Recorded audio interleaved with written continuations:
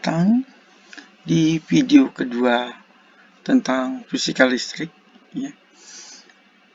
Di video kedua ini kita akan membahas mengenai medan listrik ya, yang ada di bab 22 di dalam referensi buku ini. Ya. Pembahasan mengenai medan listrik melibatkan beberapa subbab. Di antaranya medan listrik itu sendiri. Medan listrik dikarenakan adanya muatan partikel. Ya. Medan listrik yang dikarenakan adanya dipol, muatan garis, piringan bermuatan, ya, dan muatan titik di dalam medan listrik, dan sebuah dipol di dalam medan listrik. Oke, ini adalah objektif atau pemikiran-pemikiran yang ada di dalam medan listrik. Kita lanjut saja. Ya. Sebelum bicara lebih jauh, kita memahami sedikit fisika dalam skup medan listrik. Dari pembicaraan pada video-video sebelumnya, kita telah mengetahui bahwa gaya elektrostatik yang berlaku pada sebuah partikel itu dikarenakan adanya partikel kedua. Ya, dikarenakan adanya partikel kedua. Dan kita juga mengetahui arah daripada gaya itu. Dan kita dapat menghitung besar daripada gaya-gaya itu. Itu semua sudah kita pelajari di dalam video sebelumnya. Ya. Nah, sekarang yang menjadi pertanyaan kita adalah bagaimana partikel 1, ya, partikel 1 ini mengetahui tentang keberadaan suatu partikel 2. Ya. Jadi kalau ada dua partikel Q1 dan Q2, katakan Q1 ini tahu tentang adanya partikel 2. Begitu juga sebaliknya. Padahal mereka tidak saling bersentuhan. Bagaimana partikel 2 dapat mendorong partikel 1? Ya. Nah, di sini yang sekarang kita akan membahasnya. Ya. Jadi penjelasannya di sini, ya, partikel 2 ini dia akan membentuk medan listrik ke semua titik di sekitar ruangan, di sekitar ruang yang ada di sekitar partikel 2. Ya. Nah, jika ruang itu di dalam vakum, ya. Jika kita letakkan partikel 1 pada suatu titik di dalam ruang, maka partikel 1 akan mengetahui adanya partikel 2 dikarenakan adanya pengaruh medan listrik partikel 2. Ya, dikarenakan adanya pengaruh medan listrik partikel 2 yang terbentuk pada titik tersebut. Ya. Jadi partikel 2 dia akan mendorong partikel 1 dengan tanpa menyentuhnya. Ya. Nah, kira-kira begitulah. Jadi di sini Q2 ini dia membentuk medan listrik, ya, medan listrik. Dengan adanya medan listrik ini dia akan mengetahui bahwa Q1 itu berada. Jika Q1 ini, ya, kita ganti dengan sebuah titik, ya, maka di titik itu kita akan bisa mengetahui besar medan listrik di titik tersebut. Ya. Jadi di titik tersebut akan ada medan listrik.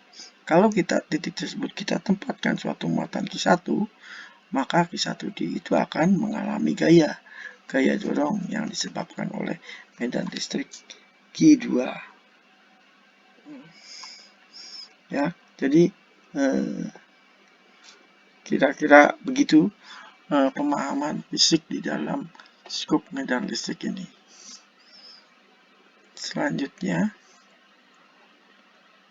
Oke, kita lanjut ke slide selanjutnya. Di sini ada suatu muatan positif yang berada di sekitar batang bermuatan positif, ya. Di sini bisa berupa batang gelas, ya, yang sebelumnya digosok dengan kain sehingga dia bermuatan. Jika kita letakkan sebuah muatan positif di sekitar batang ini, maka muatan ini dia akan mengalami gaya tolak yang arahnya menjauhi batang ini, ya. Jadi kita anggap muatan ini sebagai muatan uji Q0, ya, pada titik P. Jika muatan uji ini kita buat semakin kecil, ya, semakin kecil di titik P, ya, muatannya mendekati 0, ya, maka kita akan mengetahui besar gaya di titik P, ya, di mana muatan uji itu berada, yang arahnya menjauh karena muatan ujinya adalah muatan positif. Nah, besar medan listrik ini adalah F per Q0, ya. Nah, medan listrik. Jadi medan listrik ini ada jika muatan uji itu kita buat sekecil mungkin mendekati 0, sehingga kita peroleh besar suatu medan listrik.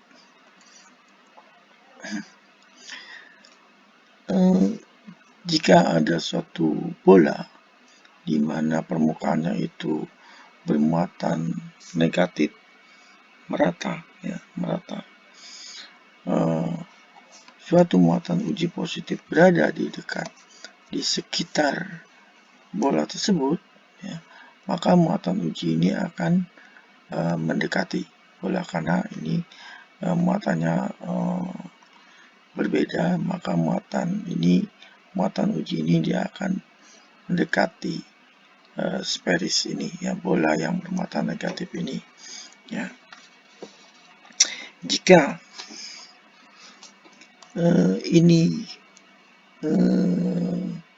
muatan uji ini kita buat sekecil mungkin, ya, sehingga di titik ini kita akan mendapatkan medan listrik yang arahnya mendekati sferis, ya. Jika kita uji lagi di lokasi yang berbeda, maka semuanya akan menuju ke pusat seperti ini, yang membentuk yang namanya garis-garis medan listrik. Ini adalah garis-garis medan listrik yang menunjukkan arah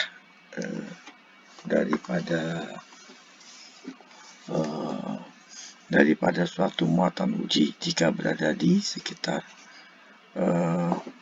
bola yang bermuatan negatif ini. Nah, kalau itu yang bermuatan itu berupa sebuah lempeng, ya, lempeng, katakan ini lempengnya sangat lebar, bermuatan positif, dan di sini ada muatan positif, maka arah gayanya dia akan tegak lurus dengan permukaan tersebut.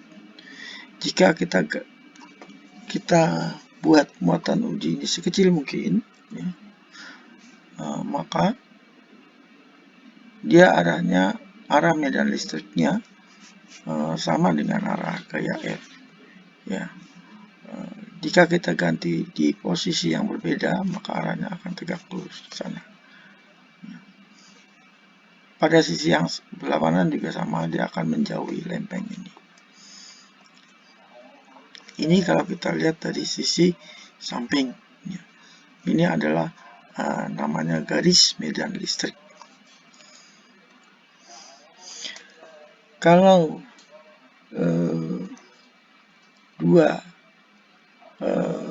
yang bermuatan itu adalah dua titik seperti ini, seperti gambar terlihat seperti ini, maka dia akan tolak menolak. Jika kita buat mengukur medan listrik di sekitar kedua titik ini, maka garis-garis medan listriknya akan seperti ini, ya, seperti ini. Jadi di sini medan listrik itu arah dan besarnya adalah tangen daripada garis-garis medan listrik ini, ya. Jadi arah tangen, jadi singgungan, menyinggung. Kalau ini ke sini, kalau yang ini ya dia menyinggung ke sana, bukan ke sini tapi ke sana. Jadi garis-garis ini hanyalah menunjukkan garis medan listrik, tapi medan listriknya dia hanya menyinggung garis medan listrik ini. Oke, lanjut. Baik, kita masuk ke sub chapter selanjutnya mengenai medan listrik dikarenakan sebuah partikel yang bermuatan, ya. Ini adalah objektif dan pemikiran yang mendasari subbab ini. Untuk mendapatkan medan listrik di sebuah partikel bermuatan yang sering disebut dengan muatan titik, ya, kita menempatkan sebuah muatan uji positif pada beberapa titik di sekitar partikel yang bermuatan dengan jarak R tertentu, ya, seperti ini misalnya. Kita tempatkan muatan uji positif, ya. Nah, berdasarkan hukum Coulomb, gaya pada muatan titik itu adalah F1/4pi Q0 R kuadrat R, ya. Jadi Q ini adalah muatan ini dan Q0 itu adalah muatan uji, ya. Jadi di sini kita lihat ini adalah jarak R masing-masing muatan titik. Jadi kalau R-nya semakin kecil maka ini akan semakin panjang. Ini menunjukkan bahwa gayanya lebih besar dibanding yang ini, ya. Yang ini lebih besar dibanding yang ini karena dia lebih dekat. Jadi semakin dekat maka gaya elektrostatik akan semakin besar, ya. Jika muatan titik ini, ya, kita buat sekecil mungkin, ya, maka di titik-titik ini, ya, karena Q0-nya itu mendekati 0, ya, di titik-titik ini kita akan peroleh yang namanya medan listrik, ya. Jadi besarnya medan listrik itu EF per Q0 1/4 pi C0. Ini kalau ditulis secara vektoris, ya. Ya. Kalau mau menghitung besarnya saja, ya, begini, ya. Ini Q-nya kita buat absolut, ya, untuk menghindari muatan positif negatif. Oke, ya. Jadi kalau sininya muatannya negatif, maka arahnya bukannya keluar tapi mendekati pusat. Oke, selanjutnya, seandainya partikel yang bermuatan itu banyak, ya, kita akan menghitung berapa medan listrik yang ada di suatu tempat, ya. Seperti hukum Coulomb, ya. Untuk menghitung gaya yang dikarenakan adanya partikel yang jumlahnya banyak, ya, maka dia merupakan mengikuti hukum superposisi, ya. Jadi gayanya ini mengikuti prinsip-prinsip superposisi, ya. Jadi penjumlahan daripada vektor-vektor gaya yang ada, ya. Jika muatan uji itu, ya, kita anggap sebuah titik, ya, yang Q0 tadi, ya, dia mendekati 0, maka kita akan peroleh medan listrik juga merupakan superposisi daripada medan listrik yang dikarenakan partikel-partikel yang bermuatan tersebut. Oke, lanjut. Nah, ini ada contoh problem, ya. Medan listriknya dikarenakan adanya 3 partikel bermuatan, ya. Jadi kita akan menghitung berapa besar medan listrik di suatu titik di di 3 partikel yang bermuatannya. Jadi figurnya belum ada di slide berikutnya ya. Di sini 3 partikel dengan muatan Q1 plus 2Q, Q2 min 2Q, Q3 min 4Q ya. Masing-masing berjarak D dari titik 0 dan medan listrik E yang dihasilkan dari titik 0 itu yang kita tanyakan. Ya, ini dia ya. Jadi Q1 ini di sini plus 2Q ya. Q2-nya ini min ya, plus min ini min. Kalau kita anggap muatan uji di sini positif ya, karena Q1 ini positif, maka dia akan tolak menolak arahnya ke sana ya. Karena adanya muatan Q1 maka gayanya akan ke sini. Ya. Q2 itu negatif ya, negatif karena sini positif berarti ke sini juga ya. Itu dia dinotasikan dengan medan listriknya E2 ya. E1 itu E1 dikarenakan partikel 1 ke arah sini. Q3 muatannya negatif berarti arahnya ke sana juga ya. Sana ya. Q3 karena muatannya itu lebih besar maka medan listriknya itu lebih besar juga ya. Lebih panjang, jadi panjang ini menyatakan besar daripada medan listrik tersebut. Q1 dan Q2 besarnya sama, 2Q, 2Q hanya beda tanda saja, jadi arahnya itu adalah kemari, besarnya sama ya. Jadi karena ini 2 kalinya ya, jadi dia dijumlah menjadi panjangnya E1 dan E2 itu sama ya. Nah ini kita jumlahkan secara vektoris ya. Ya, jadi E1 itu misalnya adalah sekian, E2 sekian ya. E3 ini ya, 3 ya. Ini kita proyeksikan masing-masing terhadap sumbu X boleh, terhadap sumbu X ya. Yang sumbu Y dia akan saling menghilangkan ya. Jadi semuanya dia akan bertumpu di sumbu X. Di sini E1 E2 itu besarnya adalah sekian ya. Lalu E ya 2 kali E3X ya. 2E3X cos 30 derajat. Nah ini ya E3 yang arahnya sumbu X. Sumbu X. Yang E3X ini arahnya ke sumbu X. Karena E1 dan E2 besarnya sama ya. Maka dikali 2 kalinya. Itu besarnya adalah 6,9Q 2Pi sin 0 D kuadrat. Semoga paham ya. Kita lanjut ke section selanjutnya.